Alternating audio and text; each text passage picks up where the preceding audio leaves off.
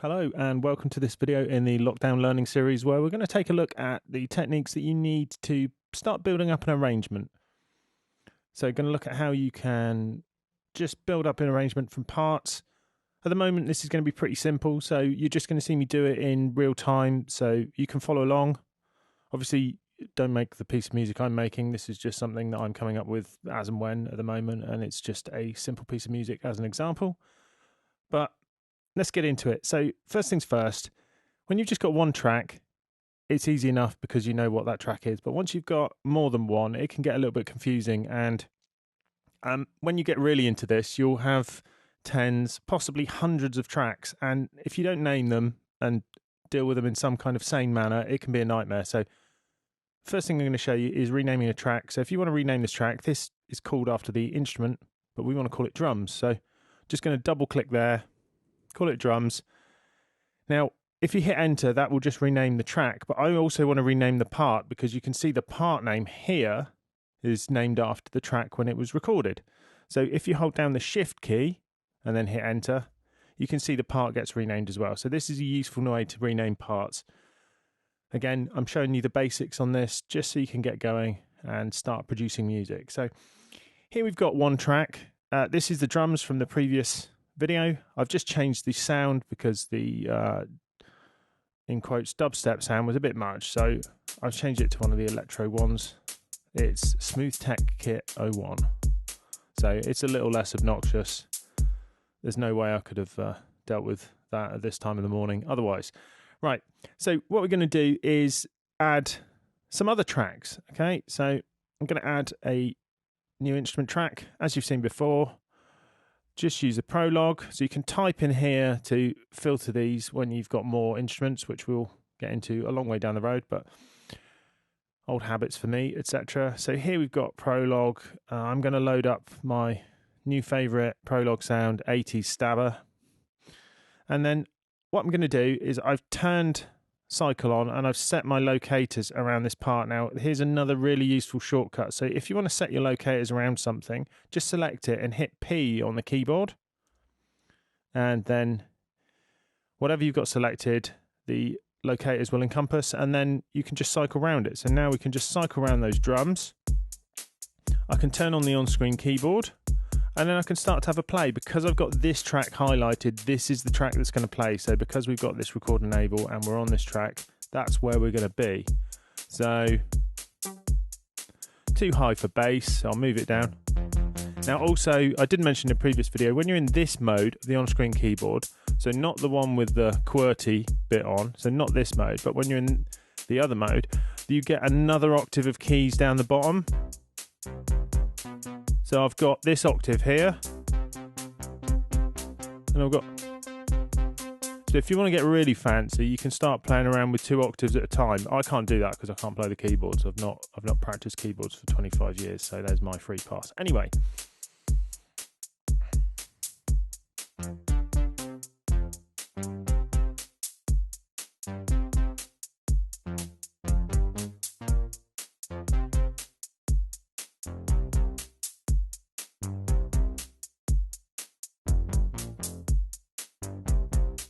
So after a bit of playing around, I think I'm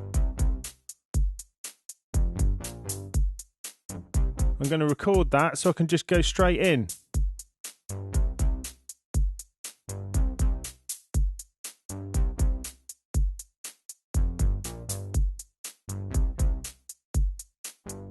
Just tap record and it keeps playing, so you can toggle record on and off if you want.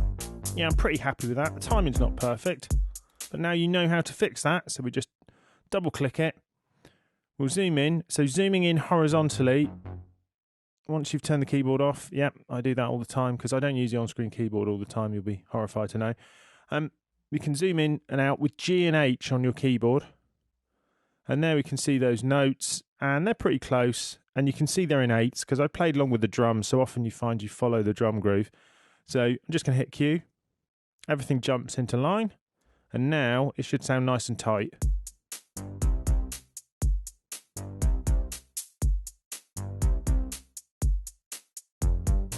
Yeah, I'm pretty happy with that. That'll do. rename this as bass. So I'm going to call that bass, hit shift and enter. Part gets renamed. Now we're getting a bit short on space here. So if you hold down the shift key and do G and H, you can zoom in and out vertically, and then you can fit more tracks on. So I think we're going to end up with 4 tracks. I'm planning on having maybe a chord track and a bit of a melody. So next, I'm going to add another track. So because it's chords, we're going to use the Hallian Sonic because it's multi-timbral. Sorry, polyphonic. It is multi-timbral, but that's a different thing. That's down the road. Hallian Sonic SE. And let's go for strings and what about synth pad? No. Well, analog.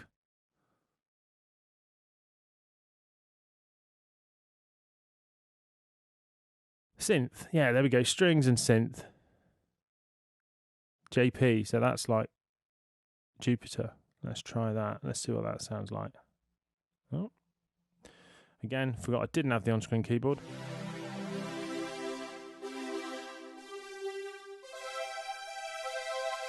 Quite like that.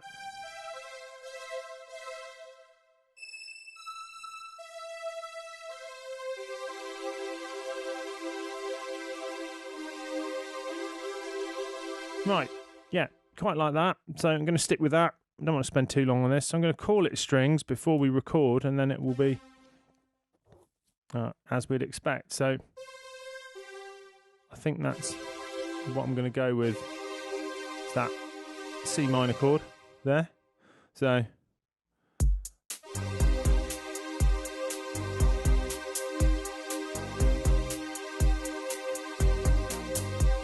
right, yeah, I'm going to record that. So this time I'll do it. We've got the counting in. I don't need the click because as soon as we start playing, we'll hear the drums. So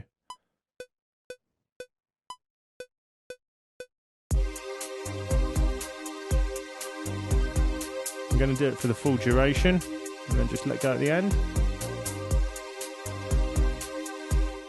Now, I don't want there to be that little gap at the end, so I'm going to open this up, hit Q to quantize them. Oh, again, on-screen keyboard. And then I can just drag the ends of these out. It's probably the easiest way to do this at this point, because there's only 3 of them.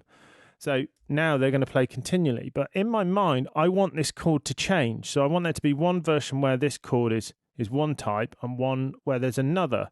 So now we're going to see how you start building up an arrangement. So you'll sometimes find this with the parts in your mind. You think, oh, this needs to be longer so I can have a longer melody or whatever. Here, I want longer chords. So we're going to use a few shortcuts to do this. Okay. So the first one is if you've got anything selected and you do Control D or Command D.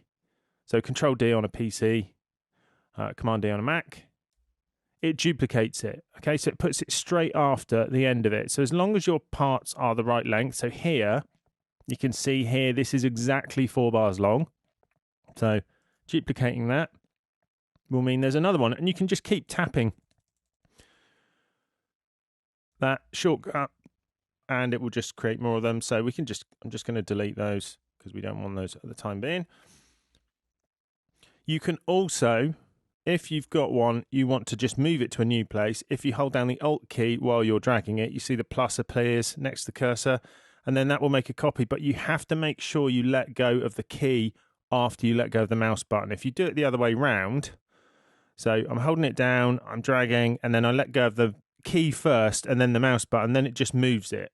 It doesn't remember that you've held down the key at any point. So that's the number one bugbear of people trying to do that. You can use copy and paste, but I'll show you the problem with copy and paste. So if I copy something, let's say I'm working on this strings track, but for some reason I've got the drums track highlighted. If I copy that one, so normal keyboard shortcut, Control or Command C for copy, it pastes in at the cursor position. So if I press somewhere in the ruler to move the play position, let's say to there, and then I paste, it pastes on the track you've got highlighted, which if you're not ready for that, it can be the wrong thing. So I don't often use copy and paste unless I need to move something a very long way because things like that happen, etc. So it can be a little bit awkward, although you can make use of that obviously if you know what you're doing. So what we're going to do, going to highlight both the drums and the bass, duplicate them, highlight everything and hit P. And then you can see now we've got the loop that's that long. Now this chord, I want it to be almost the same. So I'm actually thinking about it. I'm going to duplicate that and not record it. I'm just going to edit it. So I'm going to open that up. And I know that at the moment I've got a C minor chord. Again, don't expect you to understand this. You're probably just going to hear things and just do them. So don't worry about if you can't understand that. But this is a C minor chord and I want it to be C major. So I'm going to change this, what is an E flat in fact, to an E. So it's going to sound a bit like, only in terms of the chord, nothing else. I Feel Love, the way that it changes tonality. So we're going to go from this C minor section here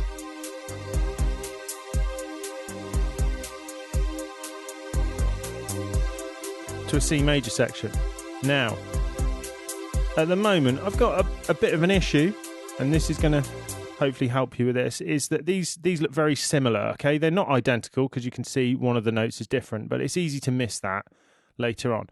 So you can make use of colour. So I'm going to click on the first strings part, and I'm going to colour that green, and then I'm going to click this one, and I'm going to colour that. I'm colourblind, so these may not be the best choices for you. But now I can clearly see that the two are different. I'm not going to get them confused, so that's good. Now, I want to work out a melody. So to do that, I'm going to click on just this first one here and just cycle around this first part, and then I will change it, hopefully, to fit in with this if it needs to be changed. So again, need to create a new instrument track. Going to use Hallion Sonic again. This time, let's go to synth lead.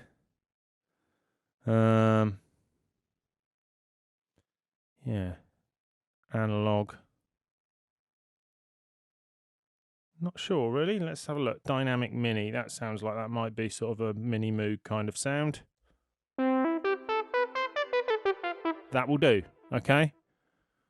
Let's call it melody. And you can drag these around. So if you don't like the order of tracks, you can just click them and then drag to move them around. So I'm going to put the melody at the bottom.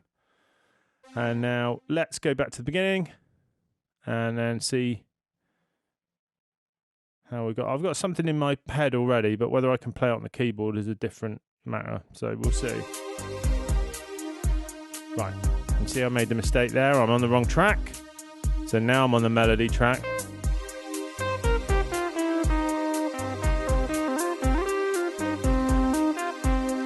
Right, something like that.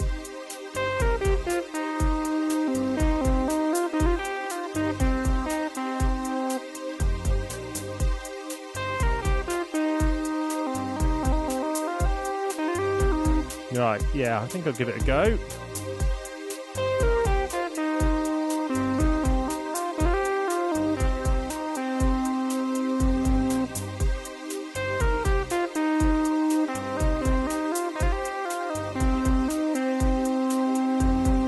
Right, I'm going to settle with that. We don't want to spend ages with me faffing around with the melody. I'm going to close the on-screen keyboard. Now, most of this will fit with that eighth note bit, but apart from the little sort of squiggle I did where I slowed up the keys.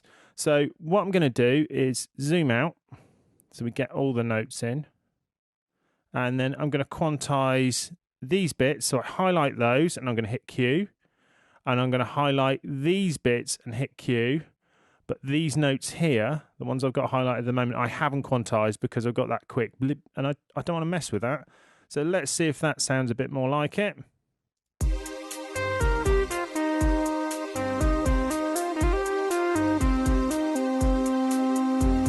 I'm going to leave that. Okay, so I want a variation of that that's going to fit with this part. So again, I'm going to colour that with that green colour so I know that this one fits with that. And then I'm going to duplicate that. I'm going to recolour it. And then what happened between this and this is anything that was a D sharp got changed to an E. So I'm just going to do the same thing here. So often you can do this. If you've worked something out, you can just apply the same thing. So you can see we've got a bunch of D sharps here. I'm going to change those to E's and hopefully that will fit.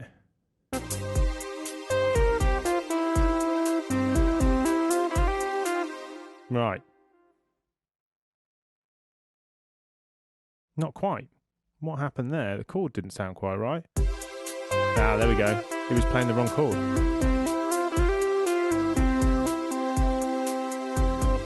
And if we loop over the whole thing, now we've got our raw material. So this is often what I do when I'm making a track, providing it's you know, piece of electronic music, etc., where it's not going to change significantly for a while. What I'll do is build it up vertically, so we'll end up with, you know, 5, 10, 20 tracks, which all work together, and then you can build up the arrangement. So that's what we're going to look in a second. I'm just going to play the whole thing.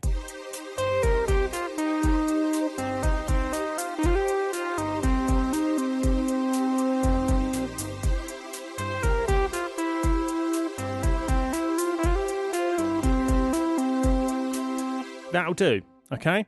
So now actually building the arrangement. So what we're going to do is highlight everything. You can do that with just Control or Command A, and then I'm just going to duplicate them a few times. So 1, 2, 3 there. Now there's a couple of different ways you can do this. I'm just going to get rid of the locators and turn cycle off.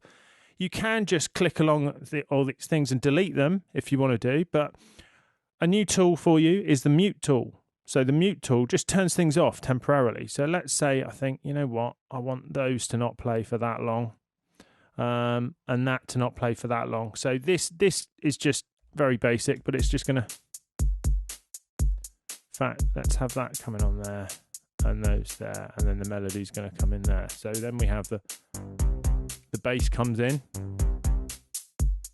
Probably do this longer normally, but with some more variations.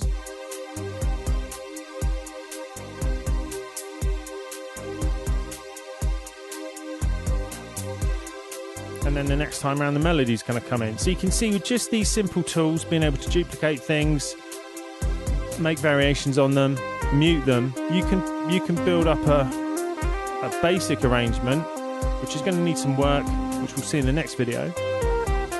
But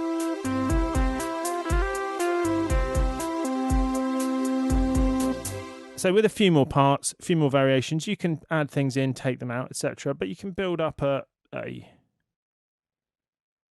so there we've got about a minute's worth of music there or so. Now, clearly what you'd want to do after this, which I'm not going to take you through, you could put in extra things. So for instance, every second drum part could have a cymbal at the beginning, so we could just open that up.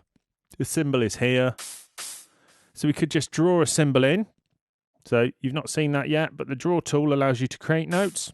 So there's a cymbal at the beginning of that. So now, I just played just before that. So you can hear the cymbal comes in. Again, you probably want to colour that so you know where that is. And then you can have that every time something comes in. And then you can just build up your arrangement that way. So have a go at that. Just build something up. Don't worry about it if the music is not amazing. It's clearly not amazing in this particular piece of music that I've just created, but just make something, anything. It doesn't really matter what. And then you can start noodling around with it, spend some time with it, learn the skills that you need, but also start getting music out of your head and onto the computer.